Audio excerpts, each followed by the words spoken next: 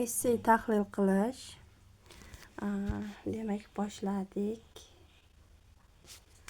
Essay tahlil qilamiz. Birinchi savolni o'qib chiqamiz.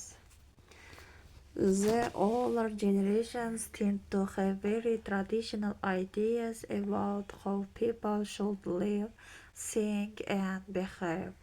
However, some people believe that these ideas are not helpful in preparing younger generations for modern life.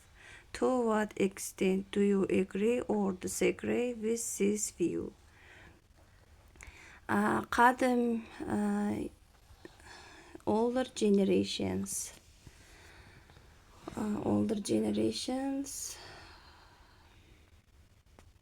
hozir tarjima qilamiz bilish uchun.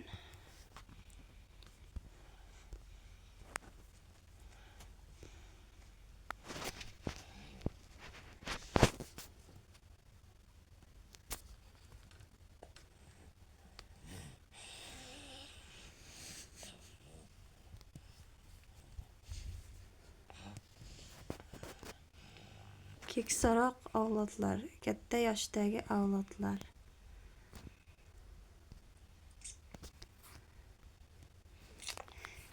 Katta yoshdagi avlodlar moyil bo'ladi juda ham an'anaviy ideyalarga, odamlar qanday yashash kerak, o'ylash kerak, muomala qilish kerak, mana shular haqida an'anaviy ideyalarga ega bo'ladi. Biroq ba'zi odamlar aytishadiki, bu ideyalar foydali emas. Zamonaviy hayotda yosh avlodlarni tayyorlash uchun qay darajada qo'shilasiz yoki qo'shilmaysiz?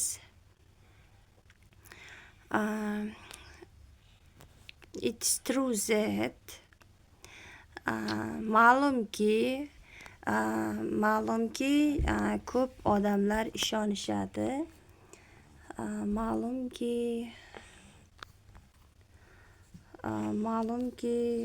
keksaroq odamlar birinchi introduction bo'lyapti, paraphrase qilinyapti. Ma'lumki keksaroq odamlar ishonishadi. An'anaviy qadriyatlar ko'rinadi. Ba'zan yosh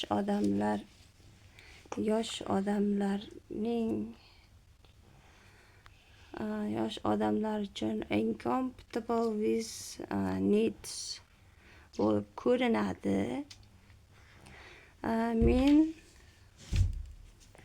While I agree that, garchi men bunga qo'shilsam-da, bu traditional ideyalar eskirganligiga qo'shilsam-da, men ishonamanki boshqalar hali ham foydali va boshqalarga hali ham foydali va unutmaslik kerak deyapti. Unutmaslik kerak. On the other hand,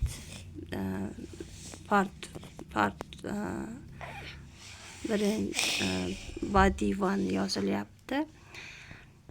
Ko'p ideyalarning ko'pi yosh katta odamlar hayot haqida become less relevant for young people.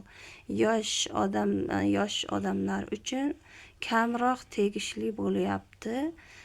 Qari odamlarning ideyasi. O'tmishda masalan odamlar maslahat olishgan, o'rganish uchun yoki hayot uchun xavfsiz ish topishda maslahat olishgan, lekin bugungi ishchilar kutishadi juda ko'p turlicha barang karyera uchun turlichalikni kutishadi. At the same time, bir vaqtda munosabatlar atrofida qonunlar yemiriladi. Yosh o'smirlar o'z kimga va qachon uylanishi haqida o'zining tanlovlarini qilganda munosabatlar yemiriladi. Lekin balki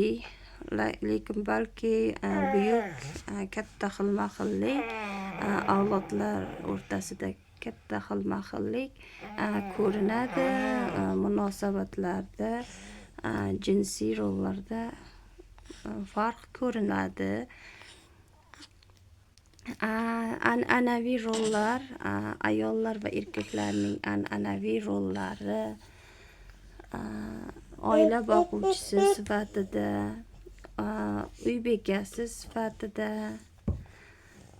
bekasi sifatida bu yerda yosh odamlar tomonidan tegishli yoki kerakli sifatida farq umuman qabul qilinmaydi deyapti. Endi keyingi part 2 debman. Body 2. Bu yerda esa on the other hand, boshqa tomondan ba'zi traditional views, an'anaviy qarashlar, qadriyatlar applicable to amalga oshiriladi. Zamonaviy dunyoda masalan qari keksaroq avlodlar bog'lanadi muhimligi bilan, qattiq ishlash muhimligi bilan, bir ishga g'urur bilan. Bu behaviorslar ba'zan foydali yosh odamlarga bugungi kompetitiv job marketga kirishda boshqa xarakteristikalari ehtimol bu yerda ko'rinadi. Yaxshi uslub va odoblari bizning globallashgan dunyoda yosh odamlar kutadi. Aloqaga kirishni turli xil kelib chiqishi turli xil bo'lgan odamlar bilan munosabati kutiladi. Bu yerda muhimki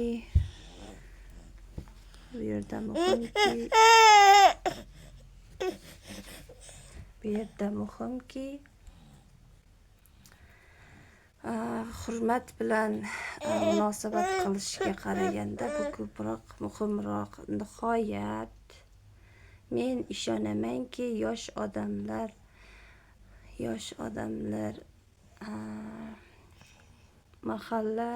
mahalliy va jamoa hissi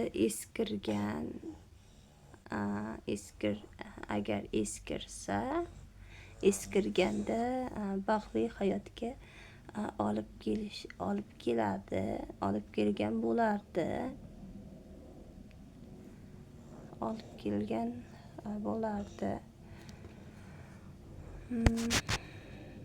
In conclusion, although xullas garchi qari yoshi katta avlodlarning ko'rinishi ba'zan ko'rinadi, bugungi kunda foydasi ko'rinadi, lekin biz uni tegishli emas sifatida an'anaviy ideyalarni chiqarib yubormasligimiz kerak deyilgan.